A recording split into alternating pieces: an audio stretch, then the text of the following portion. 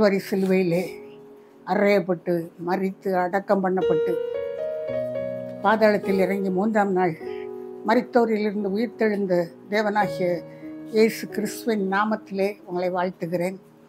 வார்த்தையை கேட்கப் போகிற உங்களை தேவன் தொடுவாராக, கர்த்தர் ஆசீர்வதிப்பாராக. அவர் அப்படி செய்வதற்கு நல்லவரும் வல்லவருமாய் இருக்கிறார். அல்லேலூயா. ரோமருக்கு பவுலடிகள் எழுதின நிருபம் 10வது அதிகாரம் 9வது வசனத்தை நான் உங்களுக்காக வாசிக்கிறேன். கர்த்தராகிய இயேசுவை உன் வாயினாலே அறிக்கையிட்டு தேவன் அவரை மரித்தோரிலிருந்து எழுப்பினார் என்று உன் இருதயத்தில் விசுவாசித்தால் ரட்சிக்கப்படுவாய். ரட்சிப்பு தேவனிடத்தில் இருந்து ஈவாக கடந்து வருகிற ஒன்று. அவர் கிருபையினாலே நாம் ரட்சிக்கப்படுகிறோம். தலைகீழா நின்னாலும் சிலருடைய ரட்சிப்புக்காக நம்ம எவ்வளோ ஜெபித்தாலும் சில வேளைகளில் அந்த ரட்சிப்பு தாமதமாகிறது. அது தேவனால் மாத்திரமே கூடும்.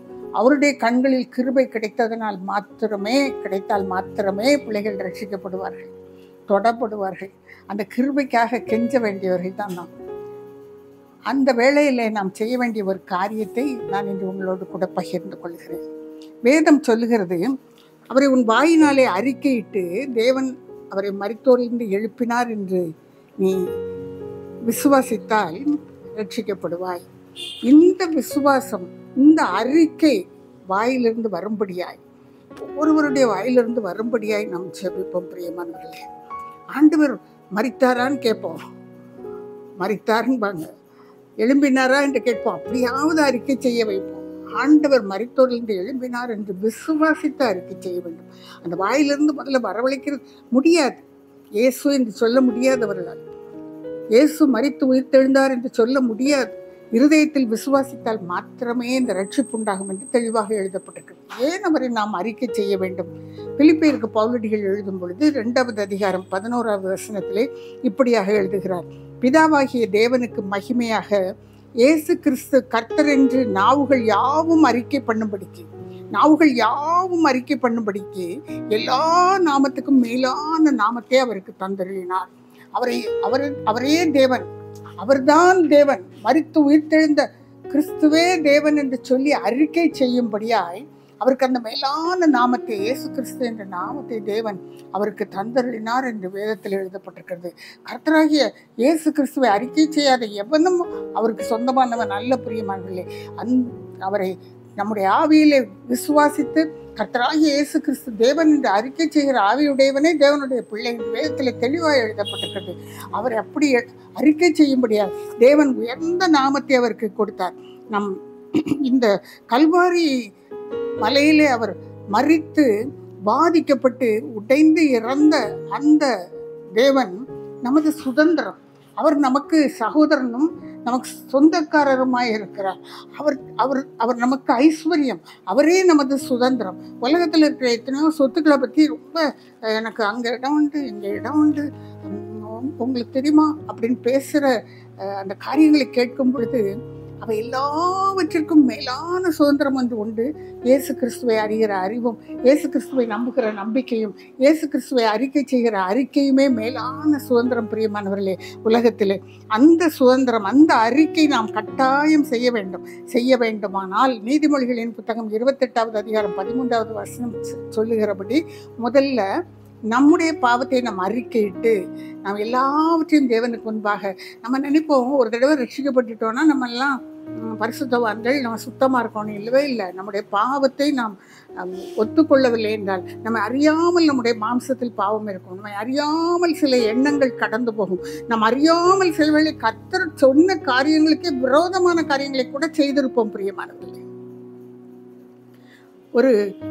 ஒரு இடத்துல ஆண்டவர் சில வேளைகளில் நம்ம அழகாக விளக்குவார். இந்த இடம் தேவையில்லை, இங்கே போகிறதோ இங்கே பேசுகிறதோ எனக்கு தேவையில்லைன்னு விளக்குனா அப்படியே முற்றிலுமாய் நாம் விலகிவிட வேண்டியவர்களாக இருக்கிறோம். அதில் ஒரு நூலை பிடிச்சி எங்கேயாவது ஒரு இடத்துல போய் பழகவோ போகவோ பேசவோ செய்யும் பொழுது நாம் தான் இழப்புகளை சந்திக்க வேண்டி வரும். அப்போ ஆண்டவர் பேசாமல் இருப்பார். ஐயோ பாருங்கப்பா, இப்படி பண்ணிட்டாங்க அப்படி பண்ணிட்டாங்கன்னா நான் தான் போக வேண்டாம்னு சொன்னேனே, நான் தான் அங்கே பழக வேண்டாம்னு சொன்னேன்னு ஆண்டவர் திட்டமாக நம்முடைய இருதயத்தில் பேசுவார். கர்த்தராகிய இயேசு கிறிஸ்து அவர் முன்னால் பாவம் செய்யாத மனுஷனே இல்லை, ஒருவரும் இல்லை. நாமும் ரட்சிக்கப்பட்ட நாமம், அபிஷேகம் பெற்றிருக்கிற ஒரு நாமம், எண்ணங்களினால்,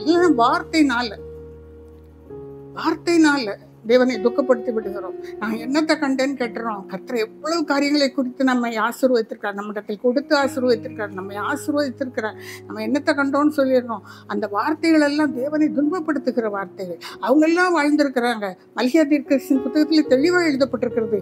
அவர்கள் ஐஸ்வர்யவான்களாக இருக்கிறார், அவர்கள் வாழ்ந்திருக்கிறார்கள் என்று மற்றவர்களை பார்த்து கரங்களை நீட்டாதே, அது எனக்கு வேதனையாக இருக்கிறது என்று ஆண்டவர் சொல்கிறார். கர்த்தர் நமக்காக எவ்வளவோ திட்டங்களை வைத்து நமக்காக செய்து கொண்டிருக்கிற காரியங்களை நாம் அறிந்து கொண்டு புரிந்து கொண்டு தேவனுடைய சமூகத்திலே நம்ம ஒப்புக் கொடுப்போம். நம்முடைய பாவங்களை நாம் அறிக்கையிட்டால் 1 யோவான் 1:9 சொல்லுகிறது, நம்ம அப்படி பாவத்தை மாத்திரம் தெரியாம செஞ்சிட்டோம்ப்பா சொல்லி நம்ம அறிக்கையிட்டால் அதை மன்னிப்பதற்கு அவர் வல்லவராய் இருக்கிறார். தம்முடைய ரத்தத்தினால் கழுவி நம்மை பரிசுத்தப்படுத்துவதற்கு, நம்மை அணைத்துக் கொள்வதற்கு அவர் வல்லவராய் இருக்கிறார். பிரியமானவர்களே, இது ஒரு அறிக்கை, பாவ அறிக்கை.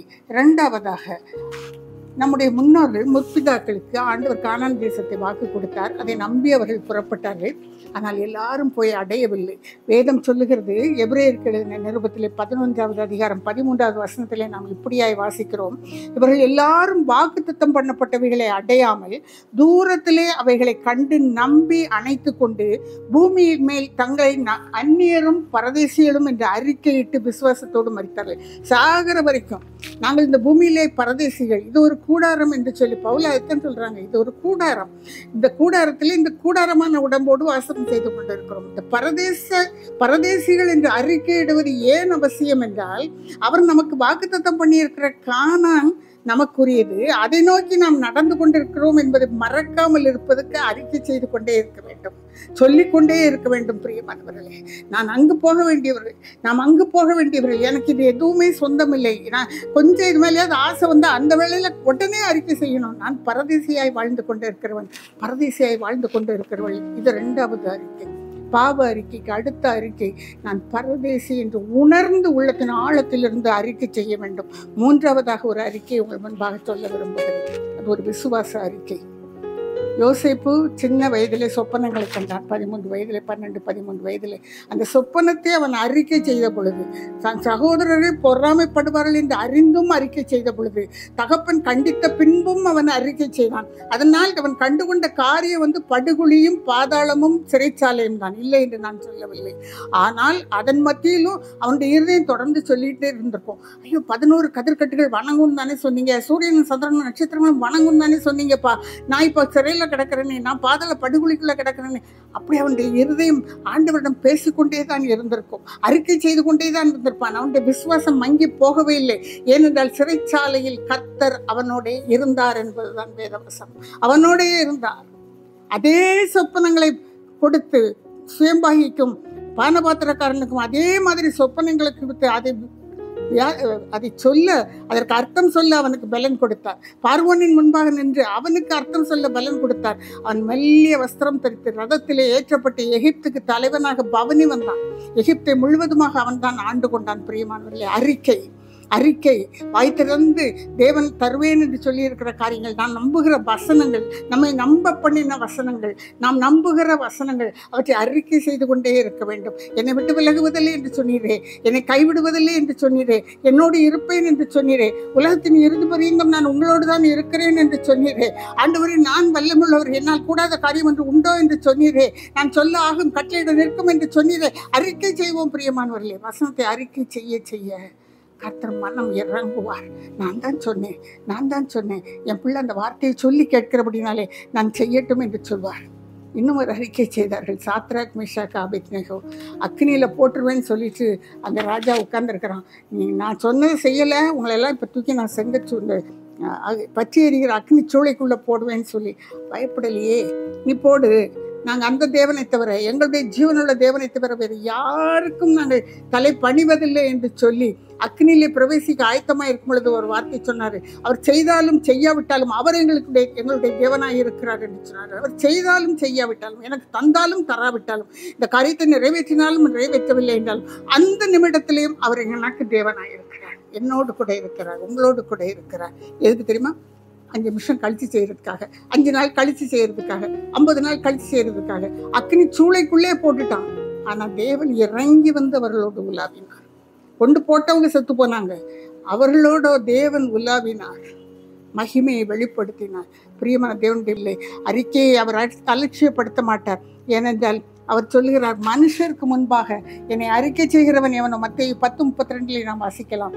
மனுஷருக்கு முன்பாக என்னை அறிக்கை செய்கிறவன் எவனோ அவனை பரலோகத்தில் இருக்கிறேன் பிதா முன்பாக அறிக்கை செய்வேன். அன்னைக்கு அறிக்கை பண்ணியிருப்பார். இந்த 4 பேரும், இந்த 3 பேரும் நம்மை அறிக்கை செய்கிறார்கள் என்று சொல்லி பிதாவிடத்தில் கேட்டு உள்ளே வந்து இறங்கினார் அக்கினிக்குள்ளாக.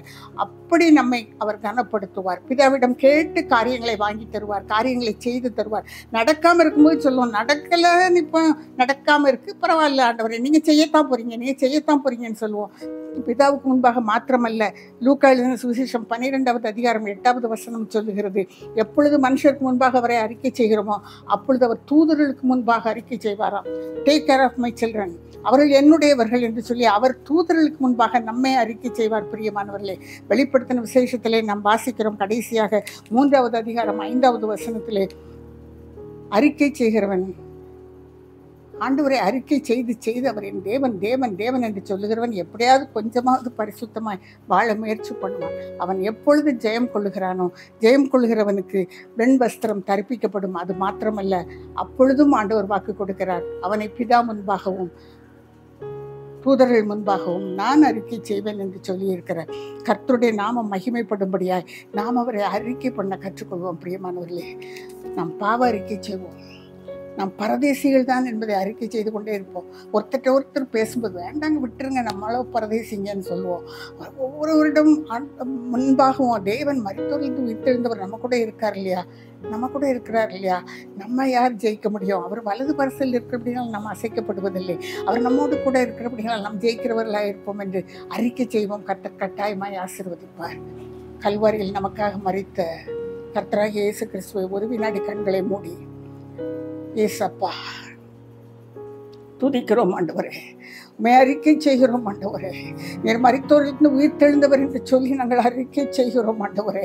கர்த்தருக்கு இப்படி அறிக்கை செய்கிற ஒவ்வொரு பிள்ளைகள் மேலும் என்னோடு சேர்ந்து வாய் திறந்து சொல்லுங்கள். பிரியமானவர்களே, என்னோடு சேர்ந்து வாய் திறந்து சொல்கிற ஒவ்வொரு பிள்ளைகளையும், உம்மை அறிக்கை செய்கிற ஒவ்வொரு பிள்ளைகளையும், தேவகுமாரனே, தாவீதின் குமாரனே, நீர் மரித்து உயிர்த்தெழுந்தீர் ஆண்டவரே என்று சொல்லி அறிக்கை செய்கிற ஒவ்வொருவர் மேலும் உம்முடைய வல்லமுள்ள கரம் இறங்க போவதற்காய் ஸ்தோத்திரம். விடுதலை சொல்லுகிறபடினால் ஸ்தோத்திரம். விடுதலை பிதாவிடத்திலிருந்து கொண்டு வருகிறபடினால் ஸ்தோத்திரம் ஆண்டவரே. நன்றியோடு துதிக்கிறேன்ப்பா, நன்றியோடு ஹல்லேலூயா, நன்றியோடு துதிக்கிறேன். யோசேப்பை ரதத்திலே ஏற்றினவரே, உம்முடைய பிள்ளைகளையும் அப்படி ரதங்களிலே ஏற்ற போகிறபடினால் ஸ்தோத்திரம் ஆண்டவரே.